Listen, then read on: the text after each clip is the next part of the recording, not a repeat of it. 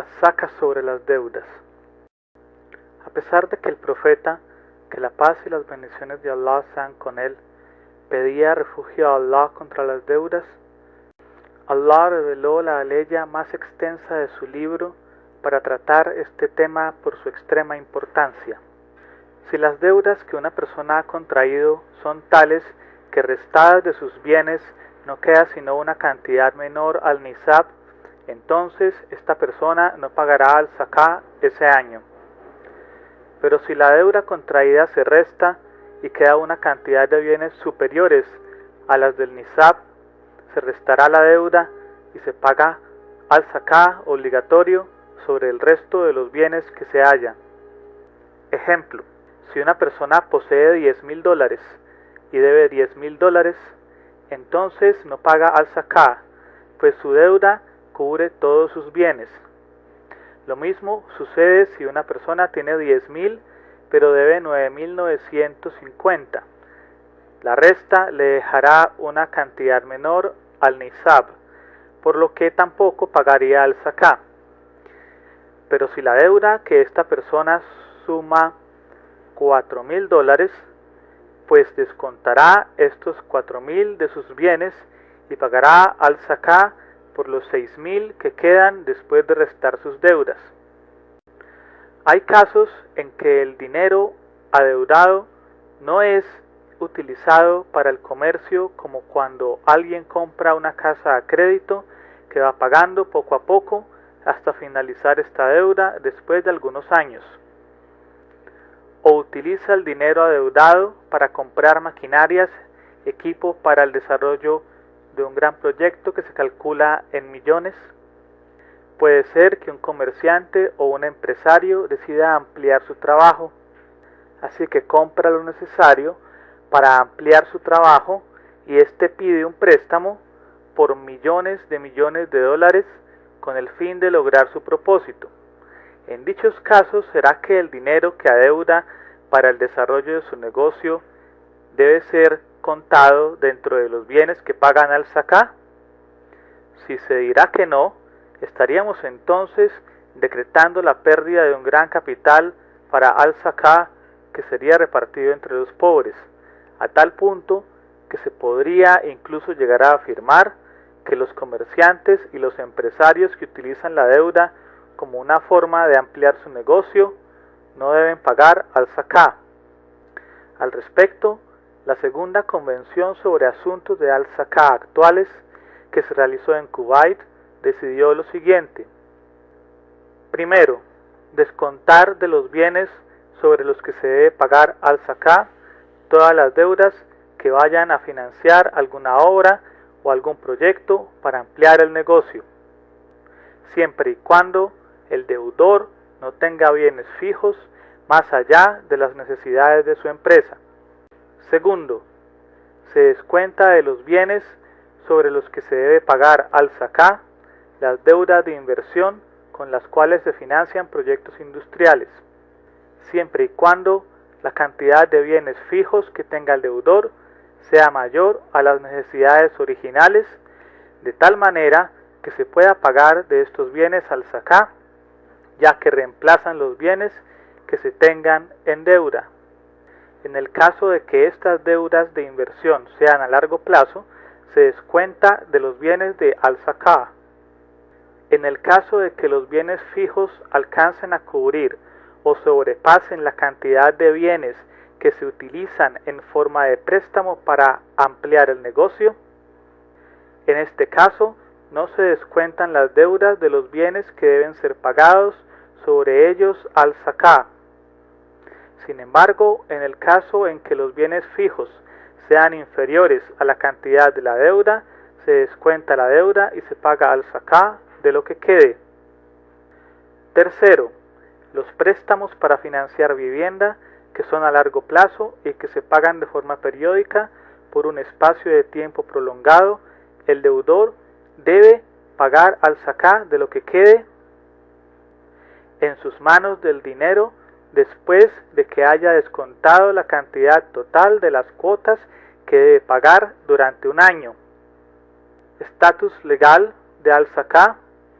sobre lo que le adeudan otros. Si no es posible cobrar lo adeudado, como cuando el deudor está en la quiebra, o la persona cuyo estado financiero es bueno, pero que se retrasa en pagar la deuda, o simplemente se niega a pagar, entonces no es obligatorio pagar al-Zaká de lo que le adeudan, sino que debe pagar al-Zaká de una vez cuando le paguen lo que le deben. Sin embargo, si la persona a la que le ha prestado el dinero es una persona que tiene las posibilidades de pagar y además cumple con sus obligaciones mensuales o bimestrales de la forma que hayan acordado, entonces en este caso la persona debe pagar al-Zaká por cada año que le deban, ya que ese dinero es como si lo tuviera con él. Las deudas tienen muchas figuras. Una de ellas es el llamado pagaré. Es un documento en que el emisor se compromete a pagarle al portador una cantidad de dinero mencionada en cierto momento mencionado, más un interés consensuado y agregado a la cantidad mencionada en el pagaré. Esto es usura evidentemente, pues se trata de una deuda que aportará un interés usurero. Este tipo de boletas de deuda o pagarés son ilícitos, pues son préstamos con interés expreso.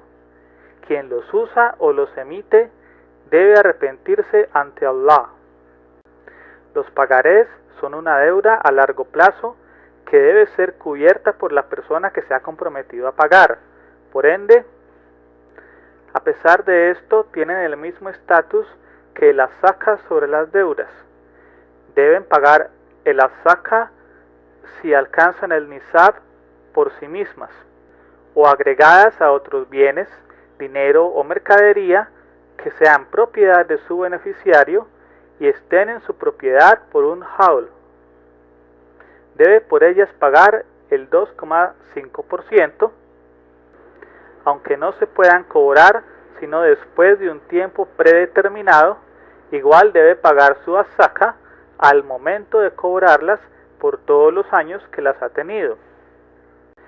En cuanto a los bienes sobre los cuales se cobra una renta y que no han sido establecidos para comerciar con ellos, como los inmuebles, automóviles o industrias y fábricas de producción, etc., pues los juristas concuerdan que no se debe pagar az-Zaká sobre estos bienes, sino que se debe pagar sobre la cantidad de dinero que se reciba, y la mayoría de los juristas expresan que este dinero debe ser sumado al nisab y debe haber pasado un haul y pagar el 2,5% como se hace con el resto del dinero.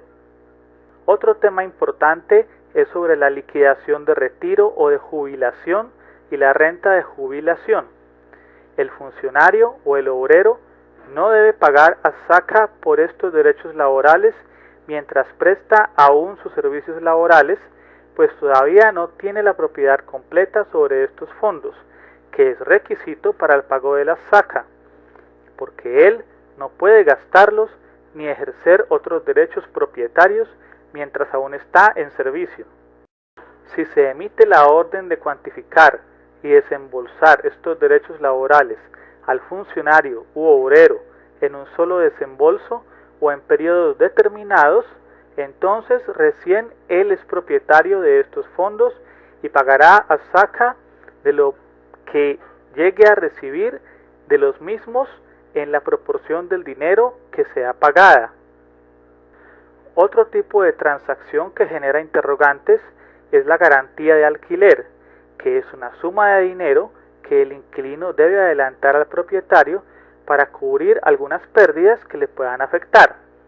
El inquilino o contratante del alquiler no tiene la obligación de pagar az-Zaká sobre el dinero que adelanta como garantía del propietario, pues este dinero no está ya en su propiedad. No es obligatorio pagar az-Zaká por los derechos de autor o propiedad intelectual por sí mismos, pues no llenan los requisitos de la obligatoriedad de az-Zaká. Sin embargo, si estos derechos se explotan económicamente, entonces las ganancias que produzcan se tratarán como otras ganancias monetarias. Respecto a los dineros generados por rentas, sueldos o ganancias que se logran en función a labores extras y que no dependen de un trabajo fijo en sí, la mayoría de los eruditos de la jurisprudencia dicen que no se debe pagar de este dinero cuando se recibe, sino que se debe sumar a todo el dinero y demás bienes que se tengan sobre los que hay que pagar az-zaka, y se paga cuando llegue al haul y alcance, obviamente, al nisab. De esta manera se paga todo junto cuando se alcance al haul y se llegue al nisab, y si se aprovechan estos bienes durante el periodo que cubre un haul, es decir, un año, entonces se paga az-zaka sobre estos bienes y las ganancias cuando se haya llegado al término al haul, y debe pagar el 2.5% como los demás bienes. En cuanto a los bienes que han sido mal logrados o por vías del haram, hay que ver si estos bienes son producto del comercio o la propiedad de embriagantes, cerdo y sus derivados. En este caso, obviamente, sobre este dinero no se puede cobrar az-zaká, ya que es un dinero que ha sido sacado de algo que ha sido prohibido por Allah, y por el contrario, este dinero debe ser extinguido. Es decir, quien tenga en su propiedad una cantidad de dinero proveniente de al-haram, debe inmediatamente acabar con estos bienes de una forma como la Sharia lo establezca. Pero si el dinero es haram, ilícito, que se cobró de manera ilegal, como el dinero